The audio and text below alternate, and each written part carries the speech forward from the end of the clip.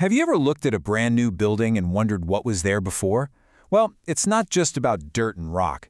There's this whole hidden world of laws and rules that make sure the very ground we build on is safe.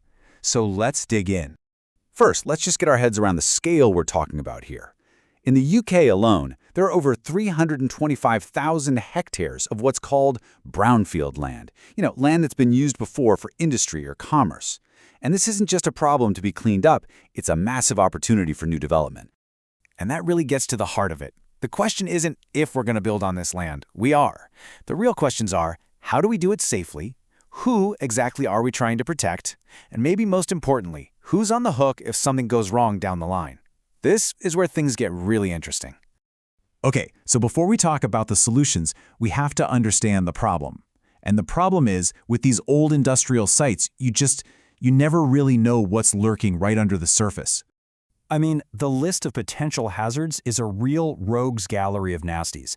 You've got toxic hydrocarbons from old factories, asbestos, heavy metals. And then, in some really rare cases, you might even find unexploded bombs from old military sites or, get this, anthrax spores.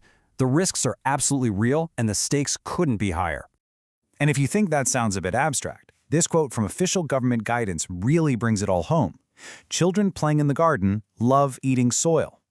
It's such a vivid, almost funny image, but it's a dead serious reminder that we're not just talking about regulations here. We're talking about protecting real families in their new homes. So how in the world do you manage all of this risk? Well, the answer isn't just one law. It's actually a really clever system of 3 different legal frameworks that all overlap.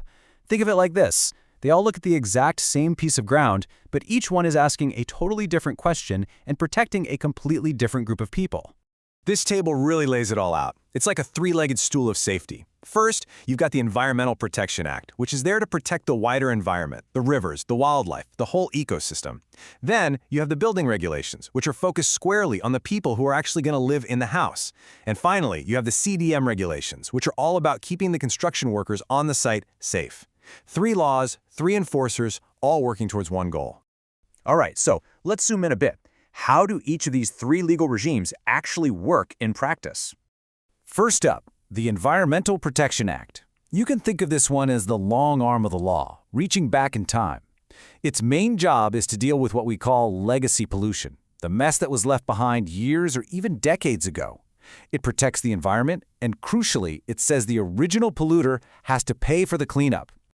Now, when it comes to protecting the future residents, regulators use this really simple but powerful model: source, pathway, receptor. It's pretty logical. They identify the source of the contamination, figure out the pathway it could travel, like through the soil or in the groundwater, and then identify the receptor, which is just a fancy word for the person who could be harmed.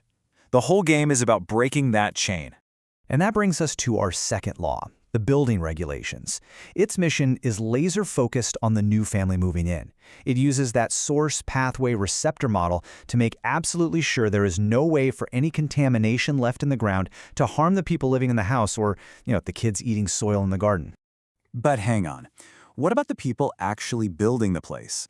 A site might have a nice, safe layer of clean soil on top for the future residents, but the workers digging the foundations are on the front lines. They're the ones who could break through into that nasty stuff below. That's where the CDM regulations come in. They force developers to find all the risks and, just as importantly, tell the construction crews about them. And this brings us to what is probably the most important idea in this whole explainer. These 3 laws aren't a menu you can pick and choose from. They are designed to stack one on top of the other. So getting the green light from one regulator doesn't mean you're good to go. A developer might get planning permission to build, but that's just step 1. That approval says nothing about whether the site is safe for workers or for the family that eventually moves in. They still have to prove that to 2 other separate groups. It's a fantastic system of checks and balances. So the key takeaway is this: a project is only considered truly safe when it has satisfied all 3 of these regimes independently. Getting a pass from one doesn't get you a pass from the others. And it's this system of overlapping responsibility that actually makes it possible and safe to build on our industrial past. But is the system absolutely perfect? Well, not quite. The reality is that the framework has blind spots, rare or unusual risks that don't fit neatly into any one category. And that leaves us with a really crucial final thought.